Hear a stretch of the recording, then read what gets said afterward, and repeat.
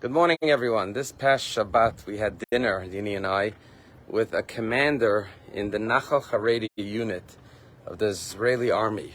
Netzach Yehuda unit was established in 1999 to integrate Haredim into the IDF.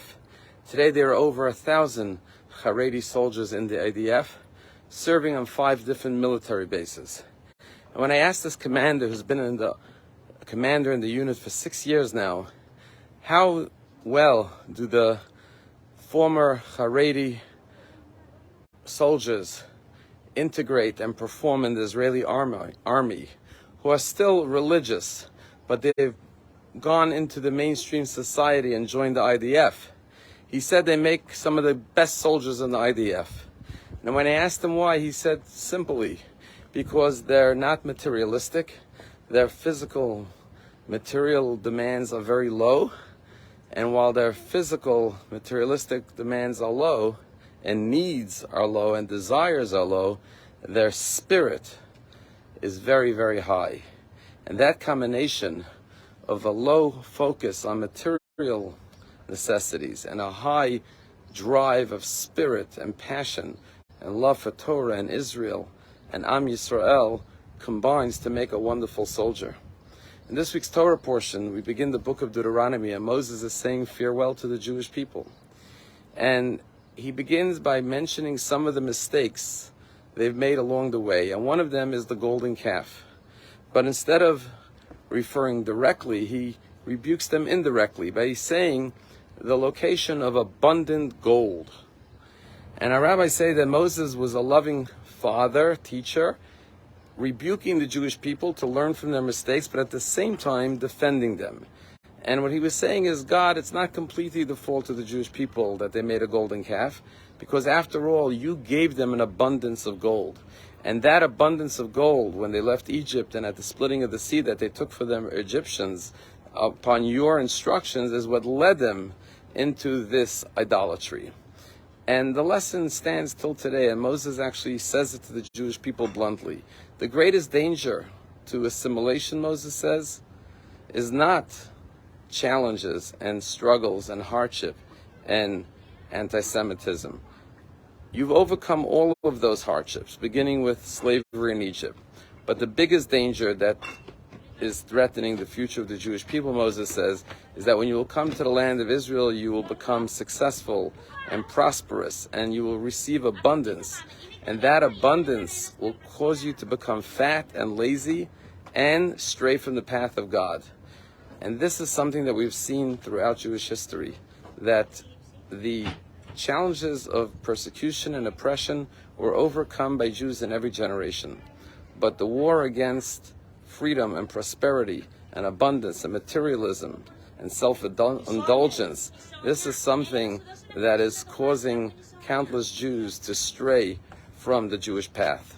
Shockingly, we lost 6 million Jews during the Holocaust to the worst evil and anti-Semitism known in Jewish history.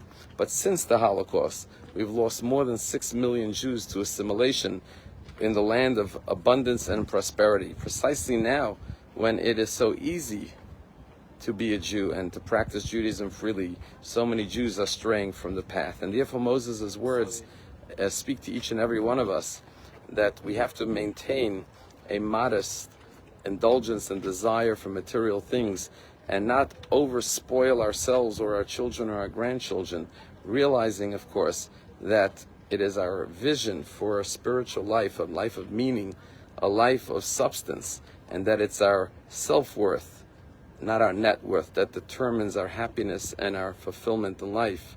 And that abundance is not something you acquire, but it's something that you have to tune into, because the world is filled with God's beauty, abundance, and blessings. Tell a story about this young boy who went to study in yeshiva in Israel, and he purchased a beautiful gift for his grandparents. His grandfather was a renowned rabbi. He bought him a beautiful family name plaque to go on his front door with his family name, Lefkowitz family.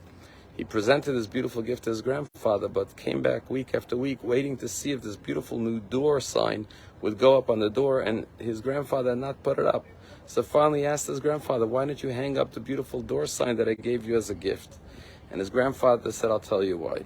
He said, the sign is so beautiful. Our door on our house is old and rickety. It's a simple home we have. If I put on a beautiful sign on an old door, eventually someone's going to say, you really need to get a new nice door. So then I'm going to go out and get a new nice door to match the beauty of the sign. And then they're going to say, you know what, with such a beautiful front door, you need to repaint the apartment. And then after I repaint the apartment, they're going to say, you know what, with such a beautifully painted apartment, you need to upgrade the furniture, get nicer, more beautiful furniture. And bit by bit, my desires for material things will continue to grow, and I'll never be satisfied. I'm happy with what I have now. I could focus on what's really meaningful and purposeful in my life and not get distracted by material desires and pleasures. This is the message of Moses. You have to know when to say, enough is enough. I have enough. I'm content. I'm satisfied. I'm happy. And now let me use my days, my hours, my strengths, my efforts, my talents to that which is everlasting, that which will outlive our very lives, which is our contributions to the future, to the next generation. And that's precisely what Moses does, as Moses, our teacher, for 40 years in the desert. And as a result of that, he lives on in the hearts and the minds and the souls of the Jewish people and people of all faiths worldwide. Have a wonderful day.